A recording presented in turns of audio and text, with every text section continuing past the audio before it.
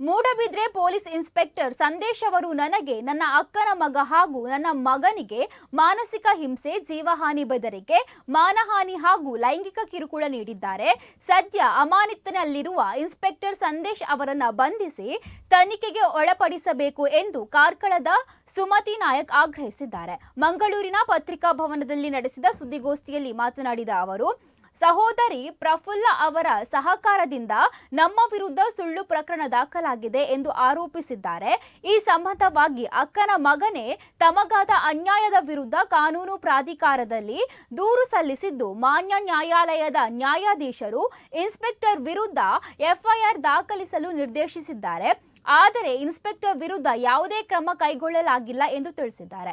ಕೆಲ ದಿನಗಳ ಹಿಂದೆ ಸುದ್ದಿಗೋಷ್ಠಿ ಕರೆದ ಪ್ರಫುಲ್ಲ ಅವರು ನನ್ನ ಬಗ್ಗೆ ಹೇಳಿದ ಎಲ್ಲ ಮಾತುಗಳು ಸುಳ್ಳುಗಳಾಗಿವೆ. ಇದರ ಬಗ್ಗೆ ದಾಖಲೆಗಳನ್ನು ನಾನು ಒದಗಿಸುವುದಾಗಿ ಹೇಳಿದ್ದಾರೆ. ಇನ್ಸ್ಪೆಕ್ಟರ್ ಸಂದೇಶ್ ಅವರ ಮೊಬೈಲ್ ಪರಿಶೀಲನೆ, ಬ್ಯಾಂಕ್ ಸ್ಟೇಟ್ಮೆಂಟ್ ಹಾಗೂ ಅವರ ಐಬಿ ಗುಂಪಿನಲ್ಲಿ ಇರುವ ಎಲ್ಲ ಸಂಪರ್ಕಗಳ ಮೇಲೂ ತನಿಖೆ ನಡೆಯಬೇಕು. ಹಾಗೆಯೇ ಪ್ರಫುಲ್ಲ ಅವರ ಮೊಬೈಲ್ ಮತ್ತು ಬ್ಯಾಂಕ್ ಸ್ಟೇಟ್ಮೆಂಟ್ಗಳನ್ನು ಪರಿಶೀಲಿಸಬೇಕು ಎಂದು ಅವರು ಆಗ್ರಹಿಸಿದ್ದಾರೆ.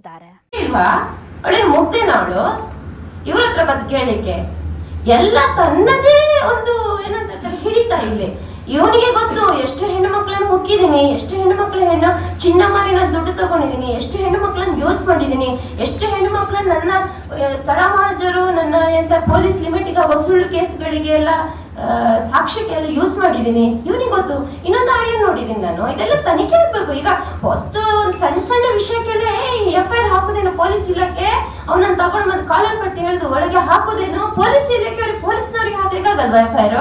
ಅವನನ್ನು ಯೂನಿಫಾರ್ಮ್ ತೆಗೆದಾರ. ಈಗ ಇಮಿಡಿಯೇಟ್ ಅರೆಸ್ಟ್ ಮಾಡ್ಬೇಕು. ಯಾಕಂದ್ರೆ ಒಂದು ಹೆಣ್ಣು ಪಾಪಗೆ ಹೇಳಿದಾನೆ. ಹೆಣ್ಣು ಪಾಪ ಅಂದ್ರೆ 8 ವರ್ಷ 18 ವರ್ಷದ ಹುಡುಗಿ ಎಲ್ಲ ಹುಡುಗಿ. ಇವರಿಗೆ ಸುಮಾರು ಕೇಸ್ ಹಾಕ್ಲಿಕ್ಕಾಗಲ್ವಾ? ಈಗಿನ ಅರೆಸ್ಟ್ ಮಾಡಿ ಎಫ್ಐಆರ್ ಮಾಡ್ಲಿಕ್ಕಾಗಲ್ವಾ?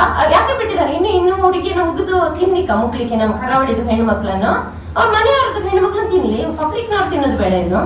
ಆಮೇಲೆ ಯಾವ್ದು ಪರಂಗಿ ಬಿಟ್ಟೆ ಅದು ಹಣದಂಗಡಿದು ಚಿನ್ನ ಬರ್ತದೆ. ಆಮೇಲೆ ಮನೆ ಕೆಲಸದನ್ನು ಬಿಡ್ಲಿಲ್ಲ ಅಂತಾಳೆ ಅವಳು. ಅದೆಲ್ಲ ಸತ್ಯ ಹೊರಗೆ ಬರ್ಬೇಕು, ಎನ್ಕ್ವೈರಿ ಮಾಡ್ಬೇಕು. ಇವನ್ನ ಫಸ್ಟ್ ಅರೆಸ್ಟ್ ಮಾಡ್ಬೇಕು. ಆ ಪಾಪ ಒಂದು ಹೆಣ್ಣು ಚಿನ್ನ ಇಟ್ಟುಕೊಟ್ಟಿದ್ದಾಳೆ ಅಂತ ಇವನಿಗೆ ದುಡ್ಡು. ಅವಾಗ ಅವನಿಗೆ ಸ್ಪಷ್ಟತೆ ಇಲ್ಲ, ಅದು ಸತ್ಯ. ಅವನು ಮನಸ್ಸಲ್ಲಿ ಇದನ್ನು ಹೇಳಿಕೆ ಬರಲ್ಲ ಅವನಿಗೆ. ಅದ್ರಲ್ಲೆಲ್ಲ ಒಂದೊಂದ್ರಲ್ಲಿ ಒಂದೊಂದು ಸ್ಟೋರಿ ಇದೆ. ಇನ್ನೊಂದು ಗೇಟ್ ಹಾರೋದು ದೊಡ್ಡ ಸ್ಟೋರಿನೇ ಇದೆ. ಅವನು ಹೇಳ್ತಾನೆ, ಈಗ ಕಾಮುಕ ಏನ್ ಹೇಳ್ತಾನೆ, ನಾನು ಗೇಟ್ ಹಾರಿದ್ದು ಅದು ನನ್ನ ಅವಳ ಗಂಡ ನನಗೆ ಫೋನ್ ಮಾಡಿದ, ಅವಳು ಸುಸೈಡ್ ಮಾಡ್ತಾನೆ ಅಂತ ಹೇಳಿದ್ಲು, ಅದಕ್ಕೆ ನಾನು ಸೆಕ್ಯೂರಿಟಿಗೆ ಹೋದೆ.